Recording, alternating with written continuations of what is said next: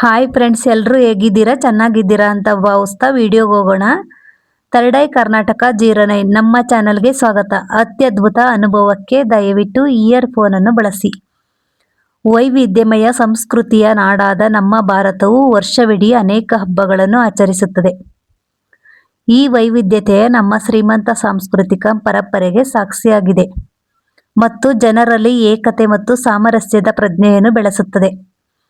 ಹಬ್ಬಗಳು ಒಂದು ಪೀಳಿಗೆಯಿಂದ ಇನ್ನೊಂದು ಪೀಳಿಗೆಗೆ ಧಾರ್ಮಿಕ ಸಂಪ್ರದಾಯಗಳನ್ನು ಮತ್ತು ಸಾಂಸ್ಕೃತಿಕ ಆಚರಣೆಗಳನ್ನು ಕೊಡುಗೆಯಾಗಿ ನೀಡುತ್ತವೆ. ಕೆಲವೊಂದು ಹಬ್ಬಗಳು ರಾಷ್ಟ್ರ ಐಕ್ಯತೆಯ ದ್ಯೋತಕವೂ ಆಗಿದೆ. ನಮ್ಮೂರ ಈ ಹಬ್ಬ, ರಥ ಹಾಗೂ ಇತರೆ ವಿಶೇಷ ದಿನಗಳ ಕುರಿತು ಇಲ್ಲಿದೆ ಒಂದು ಚಿಕ್ಕ ಕಿರುಪರಿಚಯ. ಉತ್ಸಾಹ, ನವಚೈತನ್ಯ ಕರುಣಿಸುವ ವರ್ಷದ ಮೊದಲ ಹಬ್ಬ ಮಕರ ಸಂಕ್ರಾಂತಿ. ಸೂರ್ಯನು ಮಕರ ರಾಶಿಯನ್ನು ಪ್ರವೇಶಿಸುವ ದಿನ. ಸೂರ್ಯನು ಕರ್ಕಾಟಕದಿಂದ ಆರಂಭಿಸಿ ಮಕರ ರಾಶಿಯವರೆಗೂ ಚಲಿಸುವ ಕಾಲವು ದಕ್ಷಿಣಾಯ.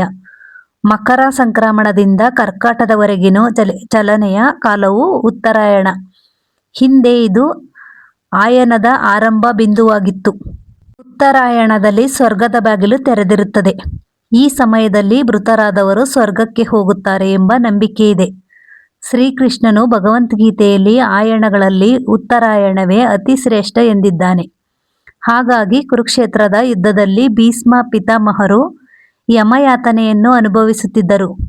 ದಕ್ಷಿಣಾಯನದಲ್ಲಿ ತನ್ನ ದೇಹವನ್ನು ತ್ಯಜಿಸಲು ಇಚ್ಛಿಸದೆ ಉತ್ತರಾಯಣದ ಪುಣ್ಯಕಾಲದವರೆಗೂ ಅರ್ಜುನ ನಿರ್ಮಿಸಿದ ಬಾಣಗಳ ಮಂಚದ ಮೇಲೆ ದಿನಗಳನ್ನು ಕಳೆದು ನಂತರ ಇಚ್ಛಾ ಮರಣೆಯಾಗುತ್ತಾರೆ.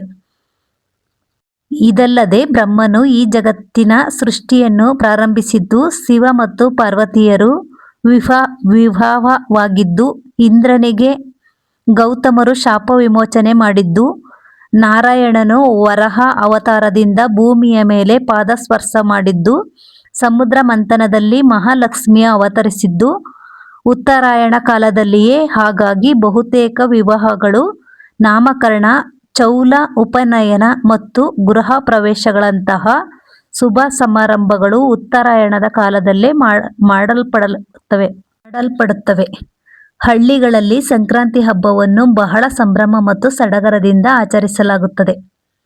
ದನ ಕರುಗಳಿಗೆ ಸ್ನಾನ ಮಾಡಿಸಿ ಕೊಟ್ಟಿಗೆ ಶುಚಿಗೊಳಿಸಿ ರೈತರು ತಾವು ಬೆಳೆದ ಬೆಳೆಗಳನ್ನು ರಾಶಿ ರಾಶಿಯಾಗಿ ಕಣಜದಲ್ಲಿ ಹಾಕಿ ಅದಕ್ಕೆ ಪೂಜೆ ಮಾಡಿ ಸುಗ್ಗಿ ಹಬ್ಬ ಎಂದು ಆಚರಿಸುತ್ತಾರೆ.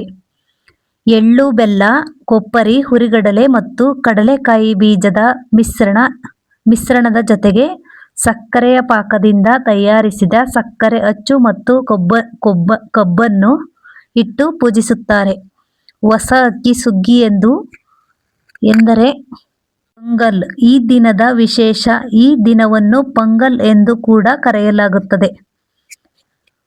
ಎಲ್ಲರಿಗೂ ಮಕರ ಸಂಕ್ರಾಂತಿಯ ಶುಭಾಶಯಗಳು. ಈ ವಿಡಿಯೋ ನೋಡಿದ್ದಕ್ಕಾಗಿ ಧನ್ಯವಾದಗಳು. ಈ ವಿಡಿಯೋ ಇಷ್ಟ ಆದಲ್ಲಿ ಲೈಕ್ ಮಾಡಿ, ಶೇರ್ ಮಾಡಿ, ಸಬ್ಸ್ಕ್ರೈಬ್ ಮಾಡಿ. ಮುಂದಿನ ವಿಡಿಯೋದಲ್ಲಿ ಸಿಗೋಣ.